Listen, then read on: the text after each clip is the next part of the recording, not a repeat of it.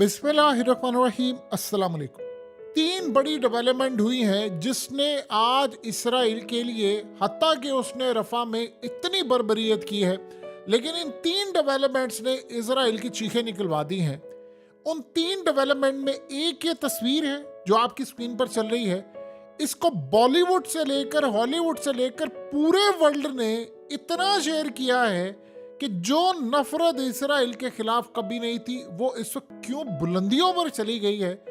और इस सारी सूरत हाल में ये आपकी स्क्रीन पर जो इसराइल के फौजी आ रहे हैं, इन्होंने बड़ा दिल करके कहा है और पहले कौम को कह रहे थे कि हमारे फौजी फंस गए हैं एक मकान में, हमास ने उनको घेर लिया है। और उसके बाद कितने फौजी मारे गए कि हेलीकॉप्टर्स इनके जा रहे थे फौजियों को उठाने के लिए। तीन की तस्वीर जारी की है।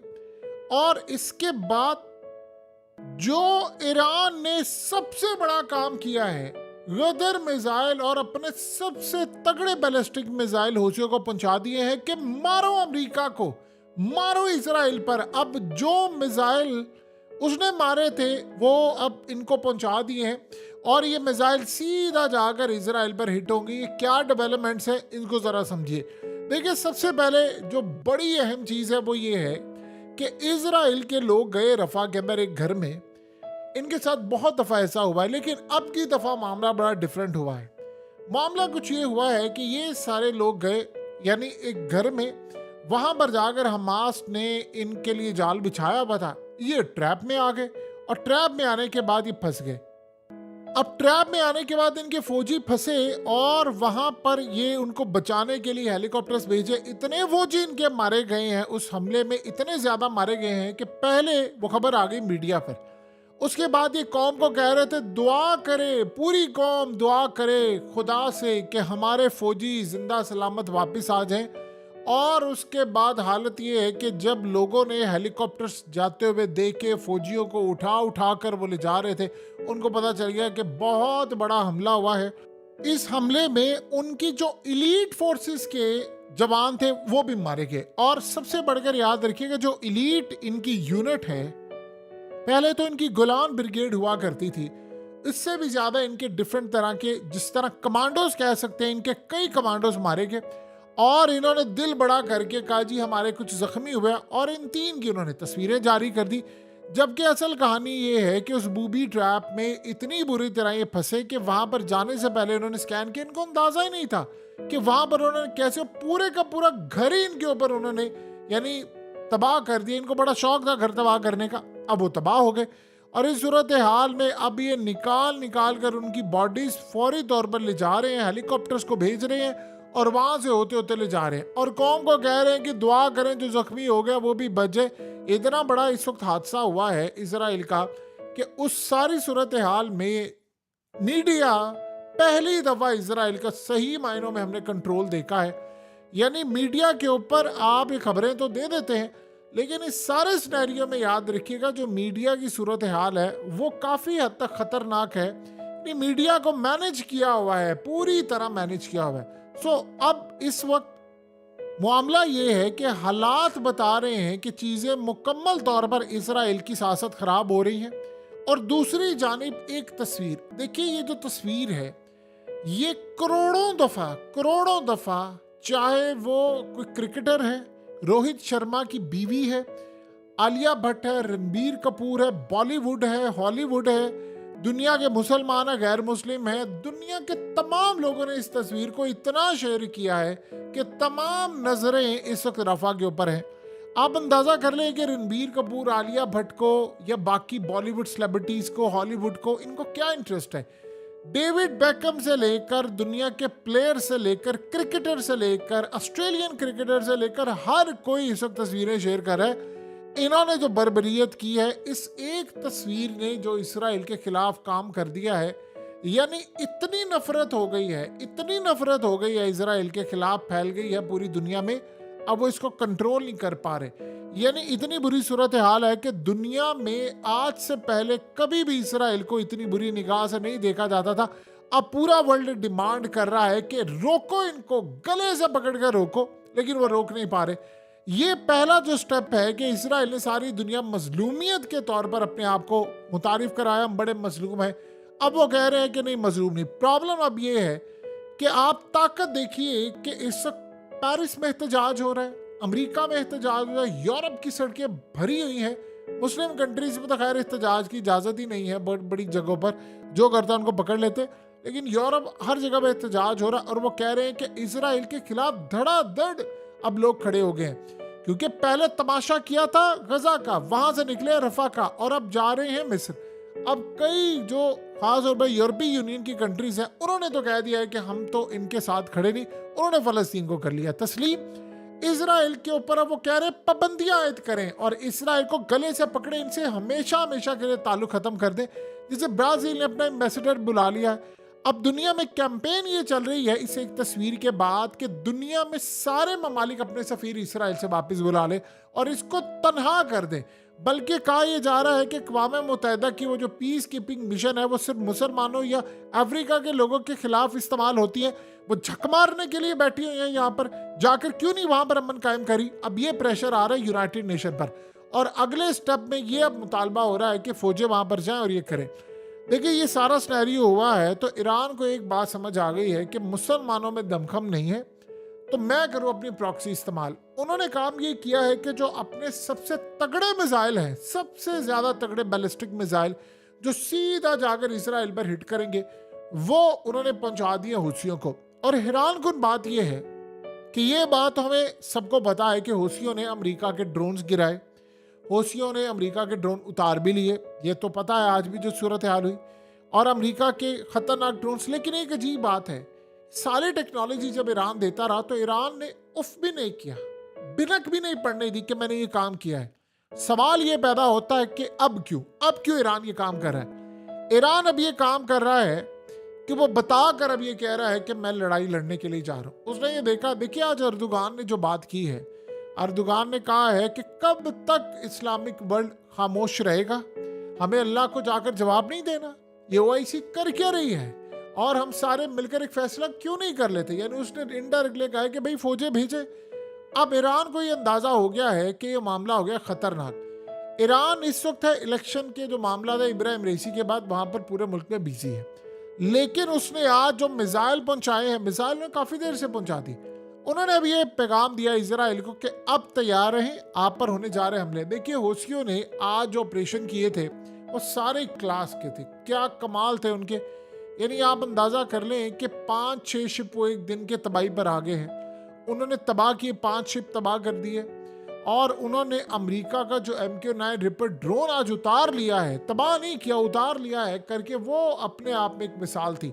सो अब असल में इतनी ताकत दिखाने के बाद आज ईरान ने फैसला किया है कि उन्होंने ओपनली मिसाइल देकर इनको कहा कि हमने मिसाइल पहुंचा दिए, अब आप मारो अमेरिका को। इजराइल ने कहा है कि अब डायरेक्टली हम पर हमला होने वाला है, और बड़ी अजीबोगरीब सूरत हाल है कि इजराइल ने ये बात कही तब जब ये पता चला कि रफा ऑपरेशन में सारे के सारे जो इजराइल के जेट्स बमबारी करे थे वो सारा असला अमेरिका का था। और अमेरिका की मुनाफकत आप देखिए खुलकर कैसे सामने आई कि एक तरफ वो कहता है कि जी ये रफा ऑपरेशन ना करे, और दूसरी तरफ वो कह रहे हैं हाँ जी करें। देखिए रफा का असल में कंट्रोल संभाल लिया है काफी हद तक इन्होंने, और गजा और इजिप्ट का जो बॉर्डर है वो सुलगने वाला है। मिस्र को इस वक्त मुकम्मल तौर पर पता चल चुका है कि हमारा नंबर आ गया है। चाहे आप जितना मर्जी कह रहे हैं मिस्र की फौजें आ गई हैं, राफेल तैयारे हैं, फलाना है उनके पास है, उनके तैयारों को इसराइल मार गिराएगा, ये आप याद रखिएगा। अनटिल के उन्होंने ईरान के साथ एक जॉइंट वेंचर ना किया तो मिस्र ज्यादा देर टिकेगा नहीं। अनकरीब आपको इसराइल के फौजी एहराम मिस्र चढ़ते हुए भी नजर आएंगे, और इनको पता नहीं है कि वहां से मिस्र के एहराम मिस्र की साइड से इनके जादुओं से लेकर क्या कुछ मामलात हैं जो वहां से उन्होंने चलाने हैं, इनको तो अभी अंदाजा नहीं है। ये इनकी जो फौजें हैं मिस्र की, ये लड़ने के काबिल हैं, ये आपको अंदाजा तभी हो जाएगा जब इसराइल की लड़ाई होगी। इसराइल ने इन पर करना डायरेक्ट एनर्जी वेपन से हमला, इनके ऊपर बमबारी ऐसी करनी है जिसकी इंतहा नहीं। ये करते रहेंगे, आप सोचे वो धकेल कर आगे ले जाएंगे। अभी तक इसराइल को दुनिया की कोई परवाह नहीं। देखिए इस वक्त एयर डिफेंस सिस्टम और ये तमाम चीजें मिस्र का स्ट्रांग है, लेकिन लड़ने का भी आपके पास तरीका हो, जज्बा हो, तब आप ये काम कर सकते हैं। ईरान ने तो उनको कह दिया है। अब सोचे जरा अगर ये ईरान के साथ हाथ मिला ले तो देन तो फिर समझ आती है कि ईरान की फोर्सेस वहां पर पहुंचे और वो इनके साथ मिलकर लड़ाई करे। लेकिन अभी जो सूरत हाल है वो दूर दूर तक ऐसी होती हुई नजर नहीं आ रही। तो ईरान इसका हल ये निकाला, हूथियों को बुझा दी उन्होंने मिसाइल। वो कहते हैं डायरेक्टली अब आप मारे। और ये भी पॉसिबिलिटी है कि अब तक वो मारते आ रहे थे हूथी, यानी अपने ड्रोन्स और मिसाइल, और वो जाकर इलाद शहर के ऊपर लग रहे। इलाद को तो खैर उन्होंने बिल्कुल ही उजाड़ दिया है, वो भूतों का यानी समझ लें कब्रिस्तान बन गया, क्योंकि वहां पर अब कोई एक्टिविटी नहीं है। जैसे हमारा मरी है या दुनिया में आप देख लें कि बड़ी टूर की यानी टूरिज्म की डेस्टिनेशन बड़ी ज़बरदस्त है पूरी दुनिया के अंदर। कतर में आप देख लें, यानी दोहा इतना ज़बरदस्त है, इसी तरह दुबई है, इसी तरह आप हरम को देख लें और बाकी दुनिया की एक्टिविटीज़ देख लें। इंडिया के अंदर मुंबई, दिल्ली, लेकिन यहाँ पर इलाद भी इसी तरह का है। सो इस सारे स्नैरियो के अंदर मसला यहाँ पर ये पैदा हुआ है कि जो अब मिसाइल लगने वाले हैं वो हमें इंतज़ार करना होगा कि हूथी वहाँ पर किधर मारते हैं।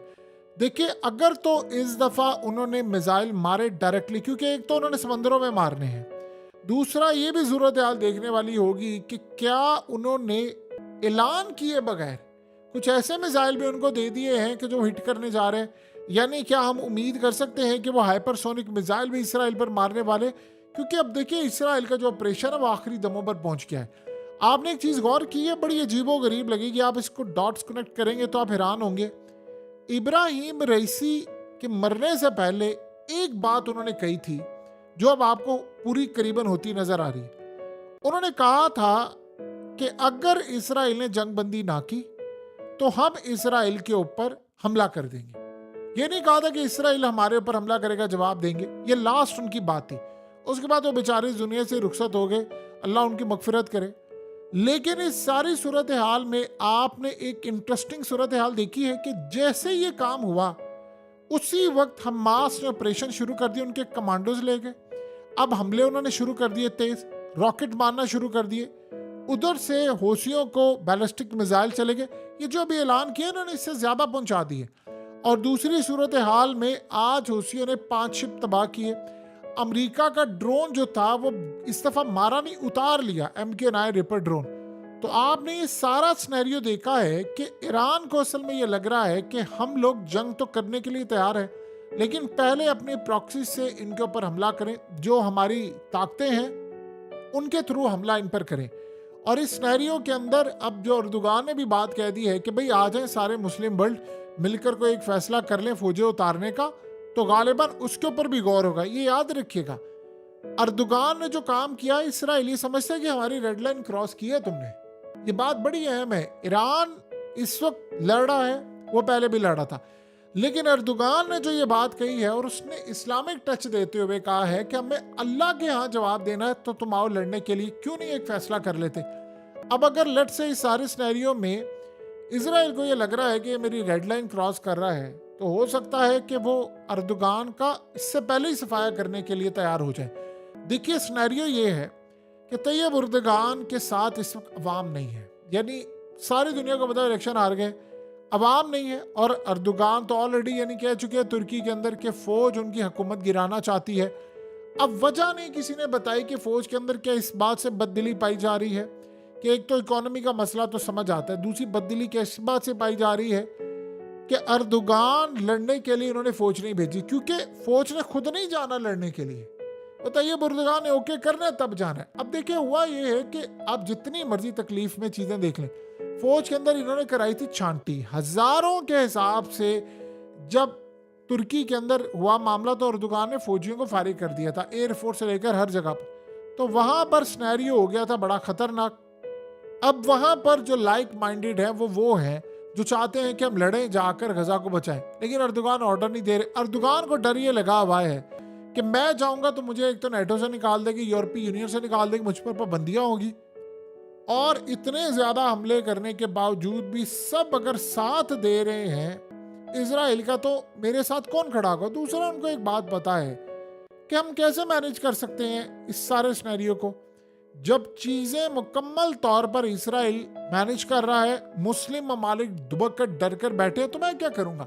सो लिहाजा आज थोड़ी सी फुलझड़ी सी दिखाई है ईरान की जानिब से, मिसाइल देकर कि हूथी यहाँ पर मिसाइल मारे ताकि बाकियों को भी इदराक हो कि ईरान अभी इस जंग से पीछे नहीं हटा, बल्कि इस जंग के अंदर वो इन है पूरी तरह।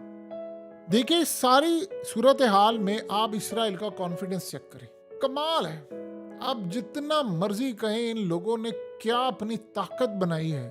अमेरिका को वो कह रहे हैं यूनाइटेड नेशन को पकड़ो गले से, और कह रहे हैं कि आईसीसी जिसने मेरी गिरफ्तारी के वारंट जारी किए उस पर लगाओ पाबंदियां। अब अंदाजा करें, कह रहा है कि यूरोपीय यूनियन पर भी गिरा अपनी टाइट करो, जो ममालिक फलस्तीन को तस्लीम कर रहे और मुझ पर पाबंदियां लगा रहे। और आपको पता है कि यूरोपीय यूनियन पाबंदियां लगाने जा रहा है इजराइल के ऊपर, वो कह रहे हैं इसको रोको। और फिर इस सारे सिनेरियो में कहता है कि बाकी जितने आईसीजे, ये फॉरम, ये फलाने जज और ये सब कुछ है, इनको भी पकड़ो। आप अंदाजा करें कि उसके कॉन्फिडेंस की दाद दें। असल में लोग इसको कॉन्फिडेंस कह रहे हैं, उसकी ताकत है।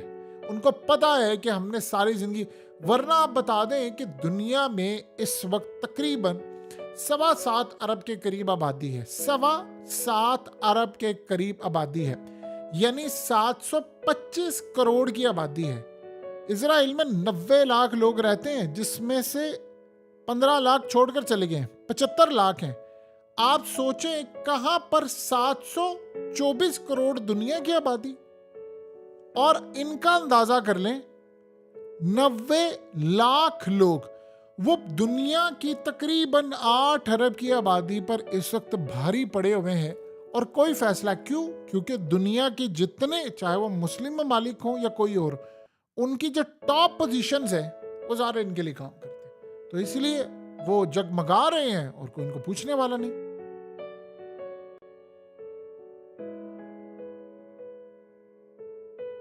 हकीकत टीवी को सब्सक्राइब करना मत भूलें, वीडियो को लाइक करें, शेयर करें और कमेंट सेक्शन में अपनी राय का इजहार जरूर करें।